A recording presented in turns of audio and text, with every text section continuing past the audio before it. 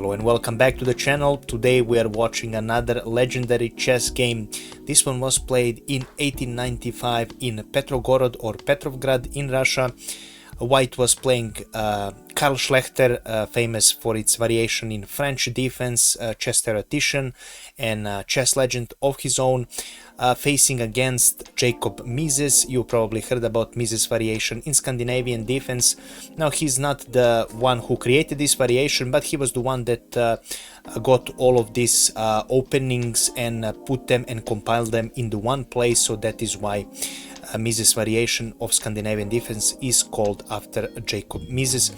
Today's game features one brilliant miniature, and without further ado, we will go straight into it. I'm sure you will love it. So Karl Schlechter opens the game with e5. We have d5, obvious move for black. E takes on d5. Queen takes on d5, and we have knight to c3. White immediately attacks the queen, like in most Scandinavian defenses. In this game, queen to a5 was played for Jacob Mises. We have d4, and by the way, computer already shows that this is famous Mises-Kotterch main line of the Scandinavian defense. White immediately strikes for the center. We have developing move knight to f6. And bishop to c4 is played for white. Now, in today's theory, of course, the best move is to go knight to f3, because with this move, if black decides to play knight to c6, then you have the option to play d5, because this knight will not be able to jump there. You basically cover this square, but bishop c4 was played. The game was played in the 19th century, so a long time ago.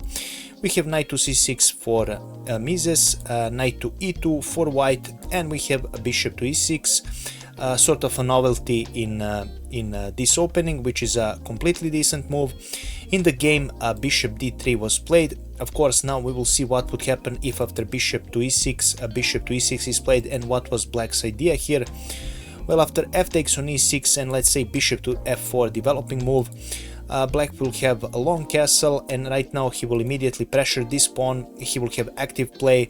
He will have the possibility of push this pawn if you decide to bring your bishop to e3. By the way, this is not recommended. Computer recommends playing queen to c1 as the best continuation here. Of course, this pawn is now free for taking, and that is the reason why in this game white didn't decide to go for this line, but instead after bishop to e6 he played the bishop to d3. We have a long castle for black, a short castle for white, and we have a bishop to f5. Now you might be wondering why black played the bishop to f5 here, why he simply didn't pick up this pawn. Well, if black decides to pick up this pawn, yes, this is for now a free pawn, but after rook takes on d4, white has this intermediate move, knight to b5 firstly, and right now he attacks this rook. After this move is retreated to d8. White has attack with b4. Of course, it is not recommended to take this pawn, because of course this will lead to knight takes on a7 and all sorts of problem for the black king. So with b4, computer already in some lines recommend actually even picking up this pawn. The situation is that bad. Queen to a4. Definitely white is doing much better here, and black doesn't want to allow any kind of attack on this king side here that is right now currently exposed. So that is the reason why bishop f5 was played, with the idea to trade these bishops. White now defends this pawn and invites black to take, which happened in the game. Bishop takes on d3. We have queen takes on d3, and right now knight to b4 was played for black. He attacks the queen. He also attacks the pawn. In the game, queen to c4 was played, which is not the strongest continuation. Slightly stronger was actually queen to d2. But in this game, black decided to sorry, what am I speaking? White decided to sacrifice this pawn for the initiative, because right now after knight picks up on c2, white had this rook a to c1 move, which will now you will see after this trade happens with knight takes on e3, f takes on e3. Now white threatens to open up the files and go knight to b5, and then he's getting ready to attack the f7 pawn. e6 firstly played by black, because you want to save this pawn. And right now we have e4 on the board. Rook to d7 was played here as a move to protect the weak squares of the position. As you can see, those are very weak, and if some mistakes happen or this queen is unable to defend this square on f7, then you can have a nasty checkmate there.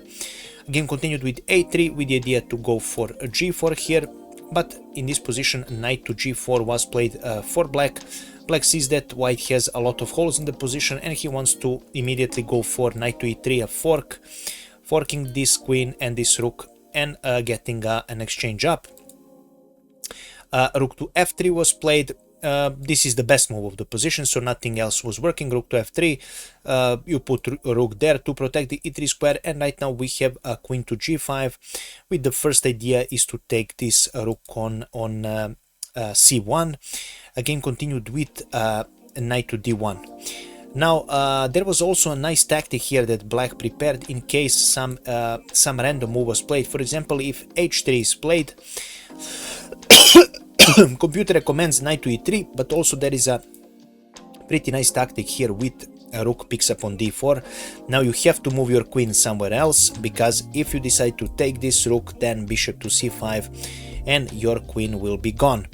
So you always have to be careful about this sort of tactics, but after queen to g5, Schlechter saw that knight to d1 was the best continuation, and for now black is slightly better. Again continued with bishop to d6 with the idea to pressure this pawn, and right now e5 was played here for white, which is a mistake of the game, and now Karl Schlechter missed a tactic here. If you like, you can pause the video and try and find this tactic that Mises found in the game. If not, I will of course show you. So the point is that right now bishop takes on e5 was played, this beautiful sacrifice.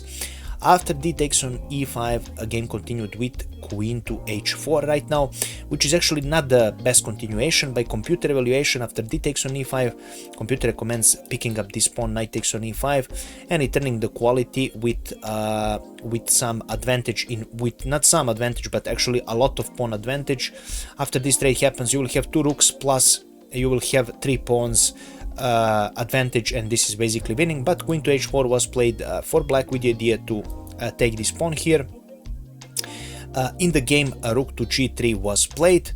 By the way, situation is really complicated. After queen to h4, the best computer line actually here is to go queen to c3, so you shouldn't be scared about queen takes on h2, because after king to f1 and after queen h1 check, knight to g1, after knight to h2 and king to f2, of course now black can go knight g4, black can take this, and this is all by computer evaluation. Black is 1 pawn of advantage, but in practical ways it is really hard to play this, because after this rook is taken, you have 2 pawns, or even, yeah, you have 2 pawns for 2 knights basically.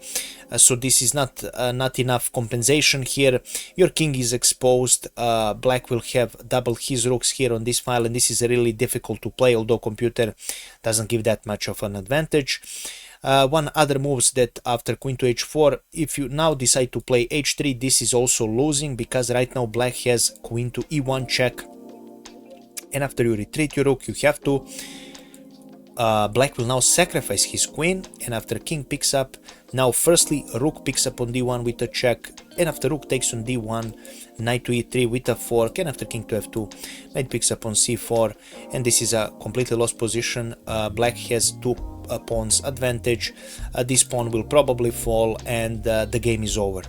So rook to g3 was played. As I mentioned, he couldn't find queen to c3, which is really difficult to play even if you find this move. And right now black continues with queen to h2 check, and after king to f1 we have a rook picks up on d1 check, and after rook picks up on d1 we have queen picks up on g3 as the last move of the game. And in this position on the move 22, Karl Schlechter resigned the game. He resigned because there is nothing you can do. Computer even recommends going for queen to takes on c7 right now to gain another pawn here. If you decide to take your queen, obviously you will not keep your queen that long, because after this fork, which I showed already, now whenever the king goes, you will lose your you will lose your queen, and we did the game because again 3 points or 3 pawns of advantage is for black here, and this is simply too much of an advantage to convert or to draw. And this is how this wonderful game ended, guys. I really hope you enjoyed it. If you did, please make sure to leave a comment, like and share this video with other people who enjoy chess. Also, if you wish to improve at chess, I am a part of chess community that I highly recommend checking out. You will see the link in the description of this video, so do check it out.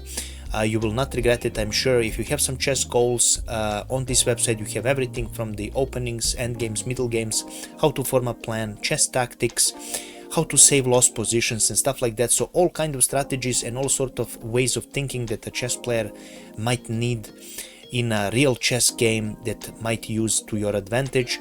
So definitely worth checking out. And yeah, guys, that will be all. I'm looking forward to your comments, and I will be seeing you in the next video. I wish you a pleasant day. Bye bye.